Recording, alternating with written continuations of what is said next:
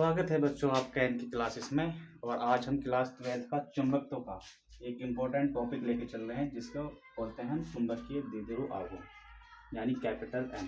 ठीक है, इससे आपको कुछ याद आया होगा। चुंबकीय द्विध्रुव आघूर्ण यानी ये जो वर्ड है द्विध्रुव, ये पहले भी आ चुका है आपके फर्स्ट चैप्टर में जब हमने वैद्युत क्षेत्र की तीव्रता कराया था। ठीक है, वहाँ पे आपको याद होगा कि अक्षीय स्थिति और निरक्षीय स्थिति में वैद्युत द्विध्रुव के लिए हमने जो है वैद्युत क्षेत्र की तीव्रता ज्ञात करी थी। आज उसी तरह से हम चुंबकीय यानी एक नया वर्ड आ गया चुंबकीय, इस द्विध्रुव के कारण हम फिर से अक्षीय और निरक्षीय स्थिति में इसकी तीव्रता यानी वैद्युत चुंबकीय क्षेत्र की तीव्रता को हम ज्ञात करेंगे। ठीक है, तो इसको समझने के लिए पहले तो हमें ये समझना होगा कि चुंबकीय द्विध्रुव क्या होता है। ठीक है, तो हम स्टेप बाय स्टेप समझेंगे इसको, और जितने भी आपके डाउट हैं इस सब्जेक्ट में वो सभी आपके क्लियर हो जाएंगे। ठीक, तो जरा ध्यान से देखिएगा और शुरू से लेकर अंत तक वीडियो देखिएगा। सबसे पहले हम समझने की कोशिश करेंगे चुंबकीय द्विध्रुव ये क्या होता है। ठीक है, तो मान लीजिए हमारे पास कोई एक चुंबक है। ठीक, इसके दो ध्रुव हैं, एक को हम N और दूसरे को हम क्या मानकर चलते हैं S, यानी उत्तरी ध्रुव और दक्षिणी ध्रुव। ठीक है, अगर हम इसको मध्य बिंदु से यानी हम इसको एक अक्ष पर ले लेते हैं बीचों बीच, जैसे एक्स एक्सिस हो गया ये और ये आपका वाई एक्सिस हो गया। ठीक है, तो ध्यान से समझिएगा, जो आपका ये पॉइंट होता है एन और साउथ पोल्स, इसको हमने डिफाइन किया है पॉइंट से, ये हमेशा चुंबक के अंदर होगा। ठीक है, कभी भी ये आपका चुंबक पर या चुंबक से बाहर ना होकर ये थोड़ा सा अंदर इनसाइड एरिया में लेते हैं हम। तो यहां से अगर यहां तक की लंबाई, इसको हम क्या कंसीडर करेंगे 2L। ठीक है, जैसे हमने वैद्युत क्षेत्र की तीव्रता में किया था, जहां पर हमारे प्लस और क्यू आवेश और माइनस क्यू आवेश था, तो उसमें हमने दोनों के बीच की दूरी क्या रखी थी 2L, जो कि बहुत कम दूरी होती है। तो इसी तरह से चुंबक के केस में भी हम नॉर्थ और एस पॉइंट के बीच की जो दूरी है उसको हम 2L लेंगे। ठीक है, इसके बाद अब इसे समझिए, जो इसकी क्षमता है यानी ध्रुवण क्षमता, मतलब क्षमता का अर्थ इसे ऐसे समझिए कि जैसे कोई मैग्नेट है वो किसी लोहे की वस्तु को अपनी ओर कितनी तेजी से आकर्षित करता है। ठीक है, जिसे बोलते हैं ध्रुवण क्षमता। तो इसको हमने m से डिफाइन किया है, इधर भी m और इधर भी m। अब देखिए, जो क्षमता है ध्रुवण क्षमता, चाहे कोई सा भी पोल हो, कोई सा भी ध्रुव n हो या s, इसका मान बराबर होगा। ठीक है, कहीं ज्यादा या कम नहीं होता। मैग्नेट में हर जगह जो ध्रुवण क्षमता है उसका मान इक्वल होगा। तो मैं इसको यहाँ शो कर देता हूँ, इसको हम बोलते हैं ध्रुवण क्षमता।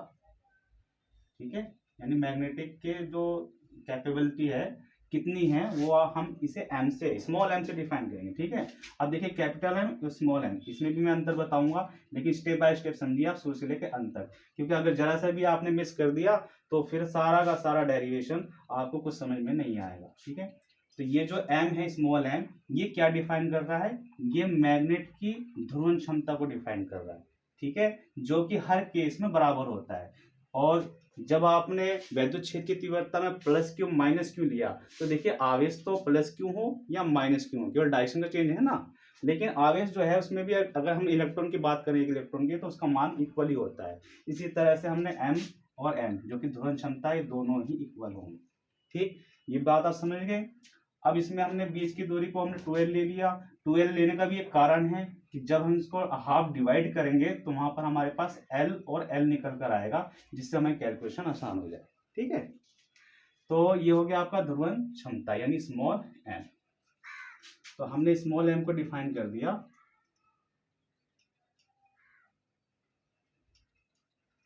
ध्रुवण क्षमता से। ठीक है, इसके बाद अब इसके, ये तो हमारा सिस्टम बन गया है चुंबकीय द्विध्रुव। ठीक है, चुंबकीय द्विध्रुव की डेफिनेशन क्या होगी, तो एक मैग्नेट जिसके प्रभावी लंबाई, इसको हम 2L को क्या कहेंगे, प्रभावी लंबाई। चलिए मैं इसको भी यहाँ डिफाइन कर देता हूँ। ये जो 2L है ये हमारा कहलाएगा प्रभावी लंबाई। ठीक, अब प्रभावी लंबाई का अर्थ क्या है कि देखिए, अगर हम बाहर से बाहर नापे, मेजरमेंट करें, तो लंबाई इसकी कुछ और आएगी, लेकिन हमें लेना कहाँ से है, इसकी इन साइड से, जहां ध्रुव का एक बिंदु होगा n का एक और साउथ का एक। तो वहां तक की जो लंबाई है वो आपकी प्रभावी लंबाई कहलाएगी। ठीक है, यानी जो लंबाई हम डेरिवेशन में कंसीडर करेंगे, मानकर चलेंगे, वो लंबाई आपकी प्रभावी लंबाई 12 होगी। ठीक, अब ये तो हो गया आपका ध्रुवन क्षमता। अब हम बात करते हैं चुंबकीय द्विध्रुव आघूर्ण, जो हमारा टॉपिक है, इसका मान क्या होगा। ठीक, इसे हमने किससे डिफाइन किया है, कैपिटल एन। तो कैपिटल एन, अब देखिए इसमें एक वर्ड लग गया आघूर्ण। ठीक है, कोई भी चीज रटने की नहीं है, समझने की चीज है। अब इसमें वर्ड क्या लगा है, आघूर्ण। आघूर्ण का सीधा अर्थ होता है कि किसी वस्तु पर कोई दो फोर्स विपरीत डायरेक्शन में लगे हुए हैं जो उस वस्तु को घुमाने का प्रयास करेंगे। ठीक है, तो जैसे मान कर चलते हैं उसमें आवेश वाले केस में भी हमने वही बताया था, एक तरफ प्लस क्यू आवेश और एक तरफ माइनस क्यू आवेश, तो उसके कारण जो फोर्स लग रहे थे उसको घुमाने का प्रयत्न करेगा। इसी कारण यहाँ पे भी एन और एस दोनों में दोनों का जो मान है वो तो इक्वल है, लेकिन अपोजिट डायरेक्शन है। अपोजिट डायरेक्शन होने का अर्थ क्या है कि मैग्नेट भी घूमने का प्रयास करेगा। ठीक है, तो घूमने का प्रयास करेगा, तो वहां का जहां भी कोई वस्तु घूमने का प्रयास करता है अपने अक्ष के परिधि, तो वहां पे एक वर्ड लग जाता है आघूर्ण। आघूर्ण का सीधा सा अर्थ है कि किसी वस्तु को अपनी एक्सिस के परिधि घुमाने का प्रयत्न करना। ठीक है, और ये प्रयत्न किसके द्वारा होता है, तो ये दो बल विपरीत डायरेक्शन में जब लगते हैं उसके कारण होता है। तो यहाँ पे भी सेम कार्य वही हो रहा है। तो इसका अर्थ क्या हुआ, अब इसका फार्मूला भी समझ लीजिए, आघूर्ण का फार्मूला क्या होता है। ठीक है, वैसे आघूर्ण को तो हम जनरली टॉ से डिफाइन करते हैं, और टॉ का सीधा सा फार्मूला आता है एफ गुना लंबवत दूरी, यानी एफ इंटू आर। अब इस केस को यहाँ पर समझेंगे, ये जो आघूर्ण है, क्योंकि हमने यहाँ पे इसको एम से डिफाइन किया है। ठीक, और ध्रुवन क्षमता कितनी है भाई, इसी के कारण तो ये मैग्नेट घूम रहा है, तो हमने एम को स्मॉल एम यानी जो ध्रुवन क्षमता है वो लिया, और इसकी जो बीच की दूरी है कितनी है, 2l, तो m इंटू 2l। ये जो मान होगा, ये जो फॉर्मूला बनेगा, वो आपका चुंबकीय द्विध्रुव आघूर्ण का फॉर्मूला होगा। ठीक है, तो इसे भी आप याद रखें। ठीक, और एक चीज और, जो हमने वैद्युत क्षेत्र के केस में पढ़ा था द्विध्रुव आघूर्ण, उसका भी फॉर्मूला मैं बता देता हूँ ताकि आप उसमें कंफ्यूज ना हो। वहां पर हमने P लिया था, P इज इक्वल टू क्या था, Q into 2l। P is equal to Q into 2l। देखिए दोनों में अंतर है। M फॉर मैग्नेट, याद करने का तरीका क्या है, M फॉर मैग्नेट जो कि चुंबक से रिलेटेड है, इसका फॉर्मूला होगा M इंटू 2l। ठीक है, और P बराबर Q इंटू 2l। P का मतलब सीधा है आपका वैद्युत इलेक्ट्रिक डाइपोल कहते हैं इसको, यानी वैद्युत द्विध्रुव, तो उसको हमने वहां पे P से डिफाइन किया था, तो P बराबर Q इंटू 2l। ठीक है, सिमिलरिटी है दोनों में, बट फॉर्मूले दोनों के अलग अलग है। वहां पर हमने P लिया था, यहाँ पर हम M लेके चलेंगे। ठीक है, तो दोनों का अंतर समझ में आया। अब इसके मात्रक की भी बात कर लेते हैं, इसका मात्रक क्या होगा, तो मैं इसको थोड़ा इरेज कर देता हूँ। ठीक है, ये तो आप पढ़ चुके हो पहले। हमारा टॉपिक है चुंबकीय द्विध्रुव आघूर्ण यानी M। अब इसका मात्रक भी समझ लीजिए, जो इसका मात्रक SI यूनिट है। ठीक है, SI अगर हम यूनिट की बात करते हैं, तो हमारे पास एक फॉर्मूला बना था, लास्ट वीडियो में हमने पढ़ा लिया था, उसमें M इज इक्वल टू क्या फॉर्मूला बना था, NIE। ठीक है, इस पूरे वर्ड को एक साथ हमने क्या मान लिया था, M। ठीक है, वहां पे हमने तुलना भी की थी, तो इसी फॉर्मूले से इसका मात्रक निकलेगा। देखिए N क्या है, नंबर ऑफ टर्न। अगर हम कोयल की बात करते हैं तो नंबर ऑफ टर्न, तो नंबर ऑफ टर्न इसकी तो कोई यूनिट नहीं होती है, लेकिन I क्या है, वैद्युत धारा, इसकी यूनिट क्या होगी, तो इसकी यूनिट होती है एम्पियर। मैं थोड़ा ऊपर लिखूंगा ताकि आपको स्पष्ट रूप से दिख जाए। एक बार ऊपर लिख देता हूँ फॉर्मूला भी और इसका SI यूनिट। ठीक है, फॉर्मूला तो ये है M का, जो एक्चुअल में कोयल के लिए आता है N आएगा, पहले हमने N लिया था ना, तो NIE। अब इसकी यूनिट की बात करते हैं, तो इसी फॉर्मूले से हम यूनिट निकालेंगे। N की कोई यूनिट नहीं होती है, नंबर ऑफ टर्न होता है, लेकिन I की यूनिट क्या होती है, I की यूनिट होती है एम्पियर, यानी विद्युत धारा, जिसे हम एम्पियर में नापते हैं। और ये हो गया एरिया, एरिया का मात्रा क्या होता है, मीटर स्क्वायर। तो एम्पियर मीटर स्क्वायर, और M का मान आया था, कैपिटल M का M इंटू 2l आ चुका था, और इस M का जो यूनिट था, यूनिट ऑफ कैपिटल M, इसका जो हमने निकाला था अभी, क्या निकाला था, तो वो हमारे पास आया था एम्पियर मीटर स्क्वायर, है ना, एम्पियर मीटर स्क्वायर। ये कैपिटल M की यूनिट थी। अब हमें चाहिए स्मॉल m की, भाई स्मॉल m का भी तो यूनिट निकाल सकते हो आप, तो अब हम निकालेंगे unit unit unit of small m. तो इसको फॉर्मूले से निकाल देते हैं ना, इसी फॉर्मूले से। तो स्मॉल एम बराबर क्या हो जाएगा, एम अपॉन 12। अब जो यूनिट की बात है तो इसी से निकाल दीजिए। एम की जो यूनिट आई है वो है एम्पियर मीटर स्क्वायर, और 12 खुद एक दूरी का है, दूरी तो है ये। अब डिस्टेंस है तो मतलब इसका जो यूनिट होगा वो मीटर में ही होगा, है ना। या मीटर स्क्वायर कर दीजिएगा क्योंकि इसका मतलब मीटर स्क्वायर है ना। तो 1 मीटर से 1 मीटर कैंसिल हो गया, तो ये जो आपका यूनिट देगा एम्पियर मीटर। तो ध्यान रखिएगा, small m unit ampere metre, capital m बड़ा हो गया ना तो 1 मीटर और जुड़ गया इसमें, यानी एम्पियर मीटर स्क्वायर। तो ये जो 2 यूनिट हैं आपको याद रखनी है, ये कैपिटल एम की यूनिट है और ये स्मॉल एम यूनिट है। तो ये था आपका टॉपिक चुंबकीय द्विध्रुव आघूर्ण। ठीक, अब हमारा जो मेन टॉपिक है, अक्षीय स्थिति में चुंबकीय द्विध्रुव आघूर्ण के लिए या इसके कारण वैद्युत क्षेत्र की वैद्युत क्षेत्र नहीं, चुंबकीय क्षेत्र की तीव्रता। ठीक है, तो चुंबकीय क्षेत्र की तीव्रता ज्ञात करेंगे। ठीक,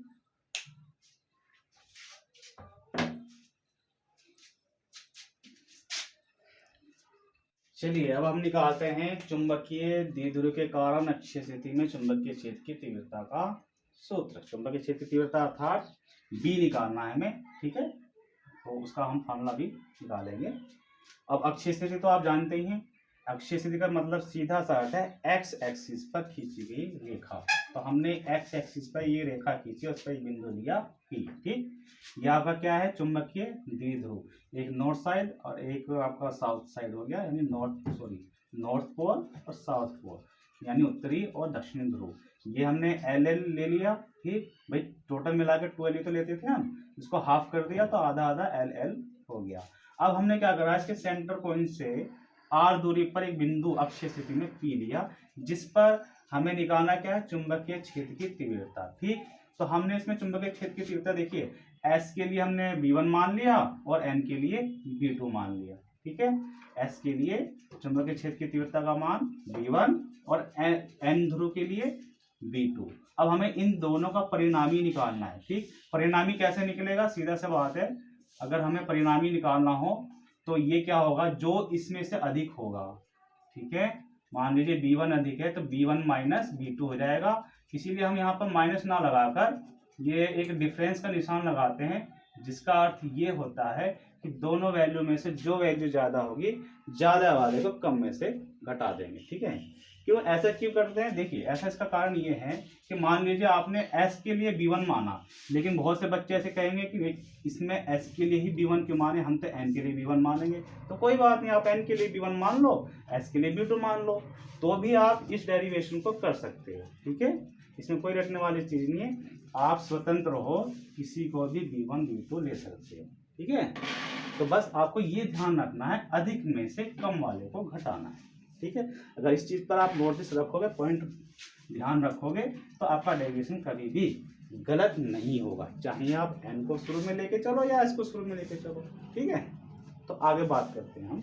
अब हमें इसका फॉर्मूला निकालना है, तो जैसे हमने वैद्युत क्षेत्र की तीव्रता का फॉर्मूला निकाला था अक्षीय स्थिति में, उसी तरीके से इसको भी निकाल लेते हैं। ठीक, सब कुछ वही मेथड है, बस थोड़ा सा फॉर्मूला चेंज हो जाएगा। ठीक है, तो देखिए कैसे निकालते हैं। सबसे पहले हमने लिया एस ध्रुव के लिए हम निकालेंगे अब चुंबकीय क्षेत्र की तीव्रता। ठीक है, चुंबकीय क्षेत्र की तीव्रता। ठीक, इसको हमने क्या माना था इस ध्रुव के लिए, B1, तो हम यहाँ पर इसे B1 से डिफाइन करेंगे। फॉर्मूला क्या है, μ0/4 पाई इंटू यहाँ पे आ जाएगा m और अपॉन बीच की दूरी कितनी है। अब बीच की दूरी को हम डिफाइन करेंगे, देखिए कौन सा निकाल रहे हैं, s से, तो ये जो दूरी आएगी आपकी S2T हो जाएगा। ठीक है, और इसका क्या करेंगे हम, स्क्वायर, इसका हम करेंगे स्क्वायर। ठीक है, तो ये फॉर्मूला बन गया। ठीक, अब ये फॉर्मूला आया कैसे, इसको भी एक बार जरा समझ लेते हैं। देखिए, अगर इसके लिए आपको वैद्युत क्षेत्र की तीव्रता पर जाना पड़ेगा। जो हमने फॉर्मूला निकाला था वैद्युत क्षेत्र की तीव्रता का, फॉर्मूला क्या होता है, 1/4 पाई एप्सिलॉन 0 और इंटू Q/V2। आर स्क्वायर, ठीक है, आर मतलब दूरी स्क्वायर हो गया।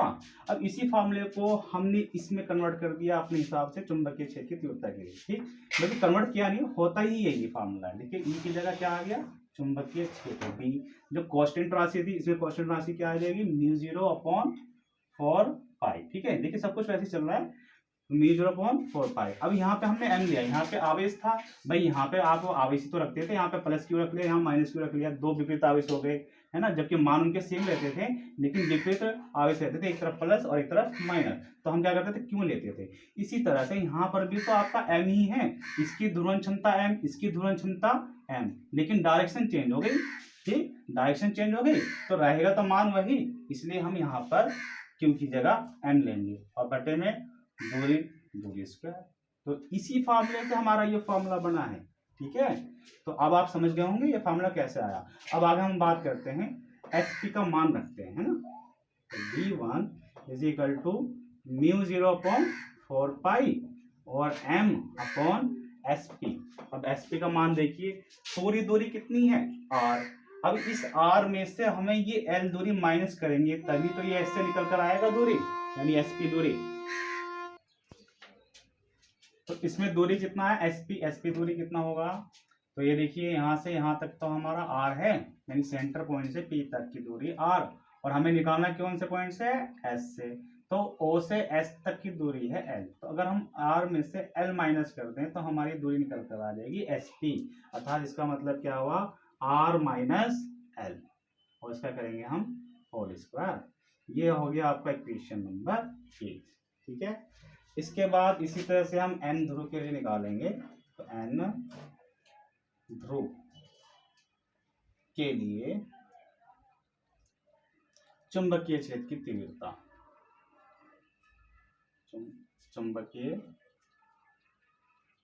क्षेत्र की तीव्रता जिसको हमने B2 माना है, तो हम यहाँ पर इसको B2 से डिफाइन करेंगे। फार्मूला आपका वही रहेगा, μ0/4π इंटू m, यहाँ भी m ही आएगा क्योंकि दोनों साइड तो m ही है। और इसके बाद जो दूरी लेनी है, ये दूरी चेंज हो जाएगी। अब हमें दूरी जो लेनी है n से p तक की लेनी है ना, n से p तक की जो दूरी होगा वो लेंगे, इसका स्क्वायर कर देंगे, ठीक है। तो ये कितना हो जाएगा, इसे हम करेंगे μ0/4π और इंटू m, और ये जो n से p तक की दूरी है इसके लिए देखिए क्या करेंगे भाई, यहाँ से सेंटर पॉइंट से p तक की दूरी r थी और हमें लेनी है n से, तो इस r में हमें l जोड़ना पड़ेगा, तब हमें n से p तक की दूरी निकल कर आएगी, अर्थात ये हो जाएगा आपका r प्लस l का होल स्क्वायर। वैसे इक्वेशन नंबर 2 मान लीजिए, ठीक है।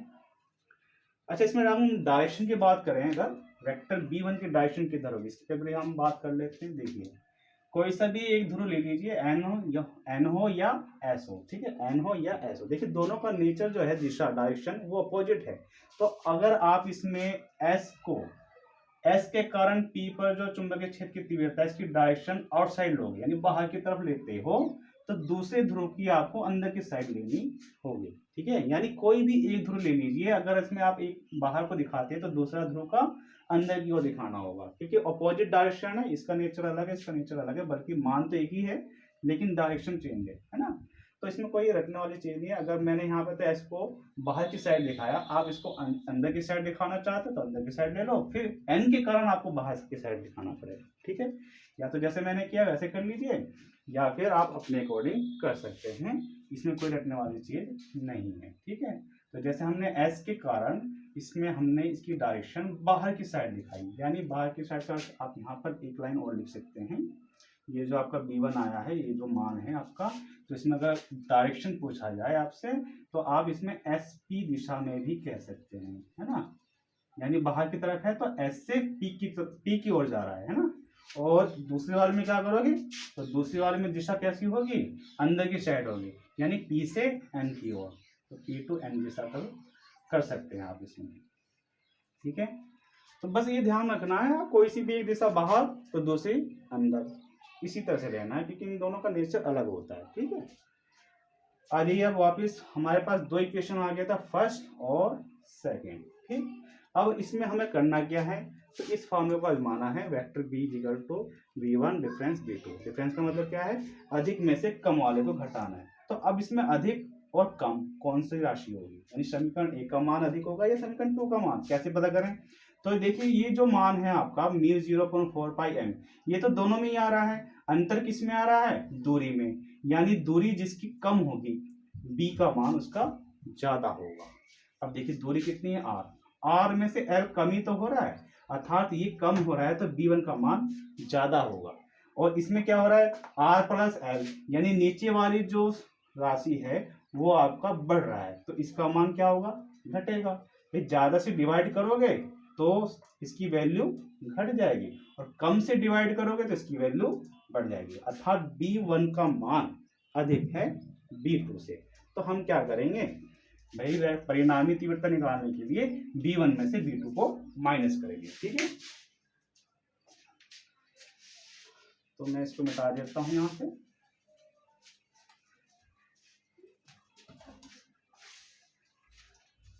ठीक है, पहले इस साइड लिख लेता हूँ, फिर इसको हम पूरा मिटा दो और ऊपर से करेंगे, ठीक है। तो हमें निकालना है परिणामी चुंबकीय क्षेत्र की तीव्रता, ठीक है, चुंबकीय क्षेत्र की तीव्रता। तो इसे कैसे निकालें, इसे हम वेक्टर बी से डिफाइन करेंगे, और हमने देख लिया कि अधिक और कम कौन सी राशि है, तो v1 माइनस, अब आप इसमें सीधा माइनस लगा सकते हैं, v1 माइनस v2। इसका मतलब क्या हुआ, इसका मान रखते हैं, चलिए v1 का मान है μ0/4π, ठीक है, ये हमारे पास 4 है, 4π, और इंटू में आगे हमारे पास m, और बटे में है r माइनस l का होल स्क्वायर। इसके बाद आप माइनस लगाइए, फिर समीकरण 2 से b2 का जो मान है उसे रख दीजिए, तो ये हो जाएगा μ0/4π इंटू m, और यहाँ पर हो जाएगा r प्लस l का होल स्क्वायर, ठीक है। दोनों इक्वेशन से हमने b1 b2 का मान रख दिया। इसके बाद हमें मैथमेटिक्स में आना है, यानी कैलकुलेशन रहेगा यार, और आप कैलकुलेशन अच्छी तरह से कर दीजिए तो फार्मूला आपके पास आ चुका है। चलिए कैलकुलेशन करते हैं इसका। तो इस फार्मूले को मैं यहाँ पे लिखूंगा एक बार, जो हमारा मान आया है b क्या था, चलिए कॉमन ही ले लेते हैं सीधा। इसमें क्या कॉमन आ सकता है, एक तो μ0 m और 4π, ये सब कुछ कॉमन आ रहा है, तो इसको कॉमन रखते हैं, μ0 और अपॉन 4π और इंटू m, ठीक है।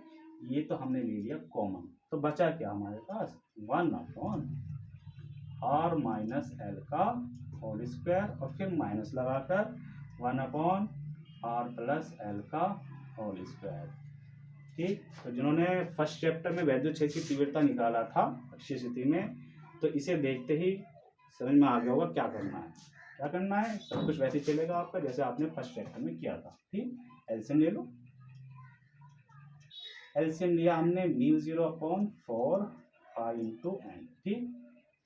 यहाँ पे एलसीएम ले लिया r माइनस l का होल स्क्वायर और इंटू r प्लस l का होल स्क्वायर। ध्यान से समझना, r माइनस l का होल स्क्वायर है और r प्लस l का होल स्क्वायर, तो हमने दोनों के मल्टीप्लाई के रूप में इसको जो है एलसीएम के रूप में ले लिया, ठीक। अब देखिए इससे ये कट गया तो बचा क्या, r प्लस l का होल स्क्वायर, तो ये हो जाएगा आपका ऊपर r प्लस l का होल स्क्वायर, ठीक है। इसके बाद फिर माइनस का निशान लगाइए, यहाँ पे हो जाएगा आपका r plus l square, l के होल स्क्वायर से ये कट गया तो बचा क्या, r माइनस l का होल स्क्वायर, ठीक है। अब इसे फार्मूले से हम खोलते हैं, कौन सा फार्मूला खुलेगा इसमें आपको पता चल गया होगा, ये आ जाएगा हमारे पास, देखिए a minus b into a plus b, इसका फार्मूला बन गया a square minus b square, अर्थात r square minus l square, और पूरे का होल स्क्वायर है तो इसका भी होल स्क्वायर कट जाएगा, ठीक है। इसके बाद ऊपर वाले को खोलते हैं हम a प्लस बी के होल स्क्वायर के फार्मूले से, तो ये आ जाएगा आपका r square plus l square और प्लस 2rl, फिर ये माइनस है, इसको भी इसी फार्मूले से खोल दीजिए होल स्क्वायर वाले से, लेकिन यहाँ माइनस का है तो माइनस का फॉर्म लगेगा, ठीक है। या तो आप ब्रैकेट लगा कर दीजिए या डायरेक्ट आप इसको कर सकते हैं। तो मैं डायरेक्ट करूँगा आर स्क्वायर, ठीक है, प्लस का आएगा लेकिन माइनस की वजह से क्या हो गया माइनस। फिर एल स्क्वायर प्लस का होगा लेकिन माइनस की वजह से यहाँ पर भी हम क्या लगाएंगे माइनस, ठीक है। ये माइनस सब प्लस वाले को माइनस कर देगा। इसके बाद देखिए आगे क्या आता है, फिर आएगा माइनस का 2RL। अब यहाँ पर माइनस 2RL होने के कारण फिर माइनस के अंदर गुना हो जाएगी तो प्लस का क्या हो जाएगा 2RL, ठीक। तो आप इसे फॉर्मूले लगाकर भी खोल सकते हैं, आराम से खोल लीजिएगा, कोई दिक्कत नहीं है। अब इसमें देखिए क्या होता है, इस आर स्क्वायर से ये आर स्क्वायर खत्म, क्यों, क्योंकि यहाँ माइनस है ये प्लस है। इस एल स्क्वायर से ये एल स्क्वायर खत्म, ये भी प्लस का ये माइनस का। अब बचा गया ये प्लस, तो इनको जोड़ दीजिए। तो ये हो जाएगा vector v equal to μ0/4 into m, और यहाँ पर क्या बचा हमारे पास, ये हो गया 2 और 2 4RL, ओके 4RL, और अपॉन में क्या बचा r square minus l square का होल स्क्वायर, ठीक है, आ गया हमारे पास। अब इसमें से हम 2L को अलग करेंगे और उसकी मल्टीप्लाई m के साथ कर देंगे, ठीक है। तो ये हो जाएगा हमारे पास वेक्टर v इक्वल टू μ0/4 और यहाँ से हमने इसको एक साथ लिख लिया m और यहाँ से 2L इसके साथ कर दिया, ठीक है, m इंटू 2L इसके साथ कर दिया। तो यहाँ क्या बचा हमारे पास, यहाँ केवल बचेगा 2R, ठीक है 2R, ठीक है। 2 तो हमने इसके साथ ले लिया, L इसके साथ ले लिया, तो हमारे पास बचा 2R। और बटे में क्या बचा, तो बटे में बचेगा r square minus l square का होल स्क्वायर। यहाँ तक आ गए हम। अब ये क्या है, m इंटू 2L ही क्यों बनाया हमने, क्योंकि कैपिटल M का मान क्या है, m इंटू 2L ही तो होता है। अब m इंटू 2L की जगह हम क्या रखेंगे, कैपिटल M, जो कि द्विध्रुव आघूर्ण है, जो हमने अभी पीछे पढ़ा था, ठीक है। तो इसीलिए हमने इसको m इंटू 12 बनाया ताकि हम इसमें कैपिटल M फिट कर सकें, इसके फॉर्मूले में मान रख सकें। तो ये बात समझ में आई। अब इसको मैं थोड़ा सा ऊपर से मिटा देता हूँ।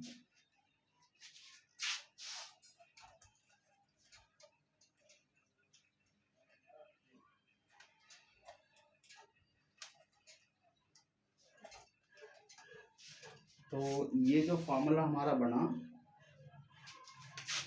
क्या बन जाएगा, वेक्टर b, ठीक है। जो नीचे से फॉर्मूला बना उसको मैं यहाँ लिख रहा हूँ, वेक्टर b इक्वल टू क्या बना μ0/4 और इसको हम क्या मान लें कैपिटल M।